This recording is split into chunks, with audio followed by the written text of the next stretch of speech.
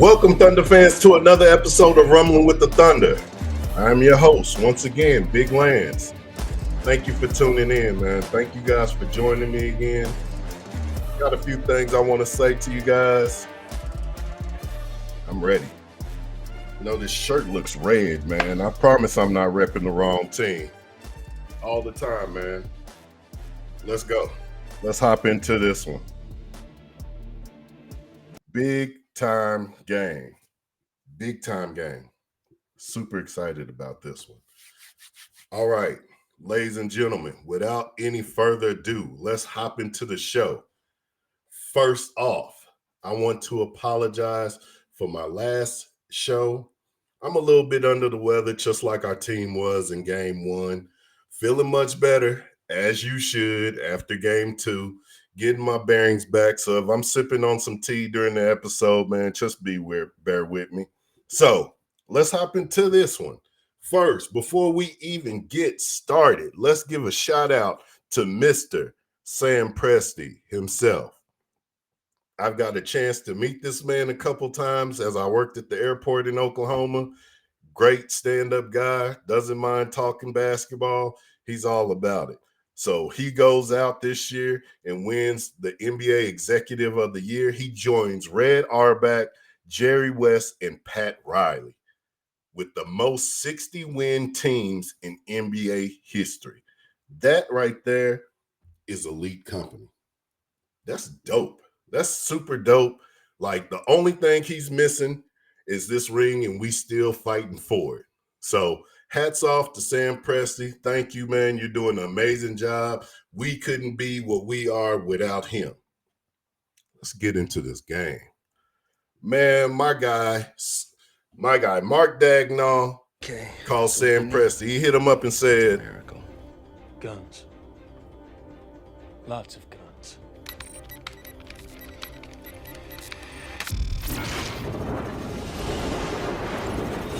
Man, he got SGA, Dort, Hardenstein, Isaiah Joe, Wiggins, Kaysen, all these guns just pulled up out of nowhere. Like, we ready. We firing on all cylinders. We came out and played this game. I was telling y'all early on that a lot of stuff we was doing in game one, we was just missing shots. That's what has me comfortable about this series, is because we was just missing shots. It wasn't nothing that Denver was doing. It's what we wasn't completing. Let's hop into this. I want to show y'all this clip right here. This, Hardenstein and Chet. Man, we ain't seen this a lot in the playoffs. We seen it a lot in the regular season, but not in the playoffs. Big time. We came out firing. Beautiful alley-oop to Chet from Hardenstein. Hardenstein was in his bag all night. He was in his bag, dishing like he normally does. Love that guy. I'm going to say this right now, and I really, truly believe this. Just feel me on this. So clearly the 9 days off had something to do with what was going on. We're a young team.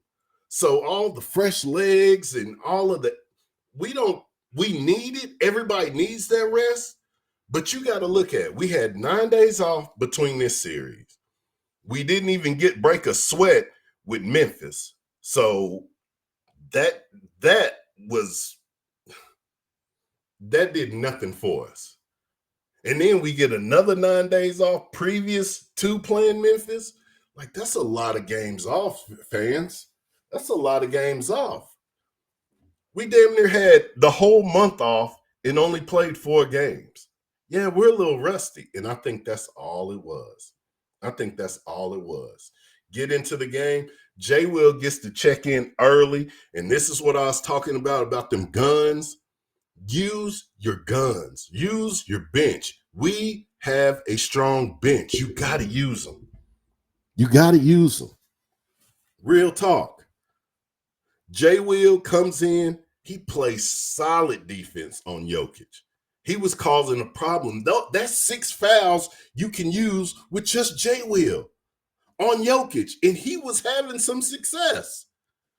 Man, hey, let's go. I like that, and I hope he continues to use J. Will throughout this series because we're definitely going to need them.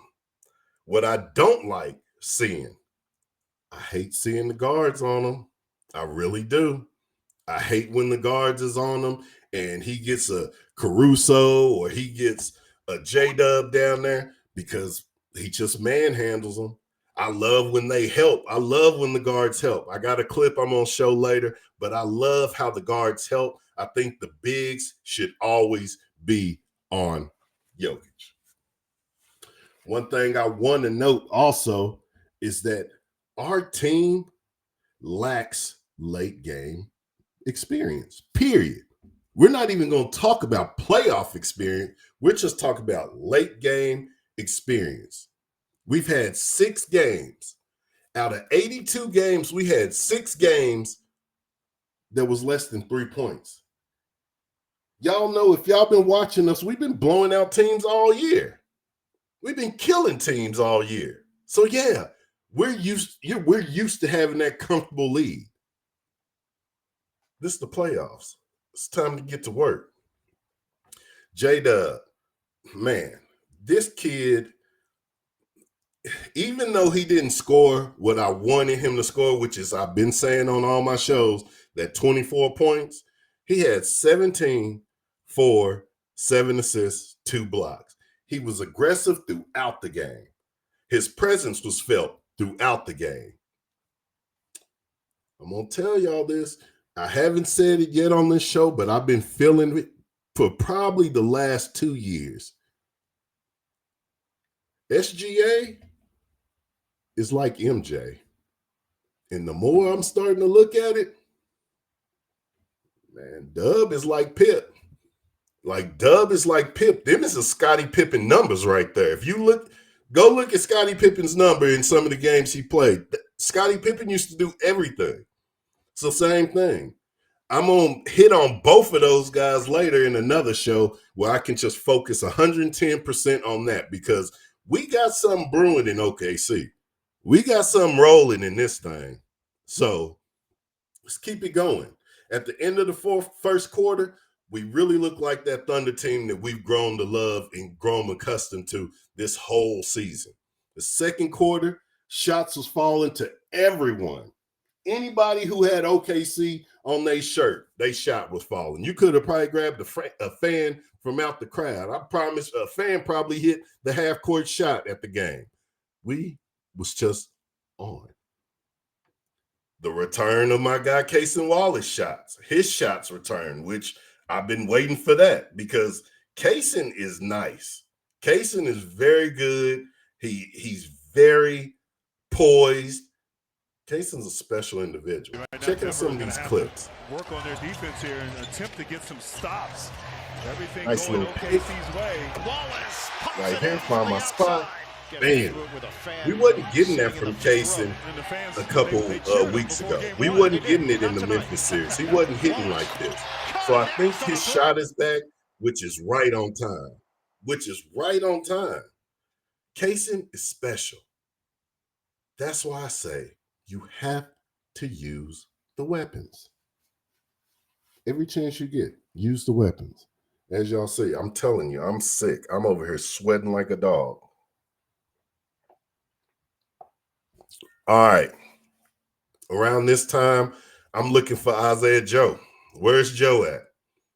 He comes in, into the second. He was in the second quarter. But when he came in, instantly hit big time 3. This is what I say about Isaiah Joe. To me, you can kind of tell. You can tell when Joe is going to be on. Joe is normally on. When he starts stroking and that thing ain't hitting nothing but the net, nothing but the bottom of the net, oh, he's on. But if he has a couple shots where they rimming out or he's missing, he's off. Let him sit. So it kind of puzzled me that he played longer in game 1 when he went 0 for 4 instead of this game when I think he went perfect. I think he was perfect in this game. I think. I'm not sure. Don't hold me to that. But he did have a great shooting game. Wiggs. Off the Wiggs. Wiggs was everywhere. big time defense. Couple times on Jokic. He had a big time steal and some dunks. Alley-oops. His 3-shot was falling. I'm telling you, with Wiggins, he just needs to be in the game. Wiggins is not going to give you any production if you play him for 5-6 minutes. Wiggins guaranteed needs that 15 minutes and up because he shines. He shines like he's a special individual on this team. But I really like that he's always ready. He's always ready and he's always suited up to go. Personally, towards that end of the second quarter, I would have liked Jay Will to come back because he did have such a good first quarter. I'm just like, keep him rolling. But hey, I've said it before. You can't argue with results. We had 5 Thunder players at halftime with double figures, and we set a record 87 points in the first half. Huge. Another record. I feel like I say that all the time on this show.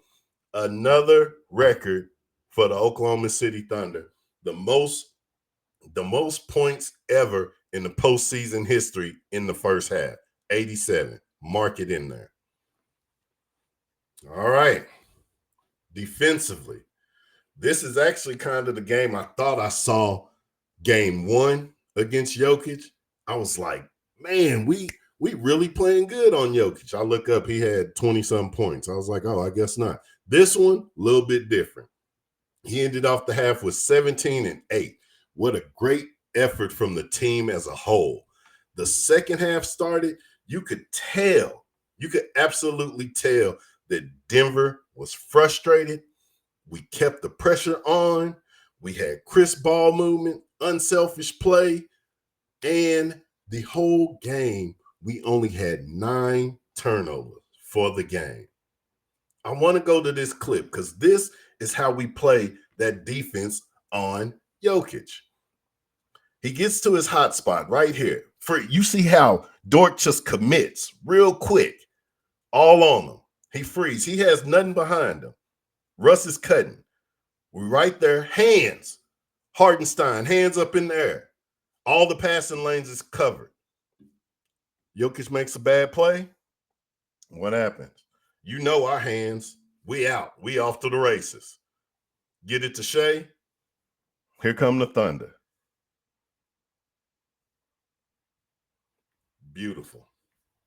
Beautiful. That's how we should play Jokic. Keep a big on him. Have them busy hands from the guards. He's going to lose it all the time. I love that defensive effort was crazy good. I really loved that, what I saw last night.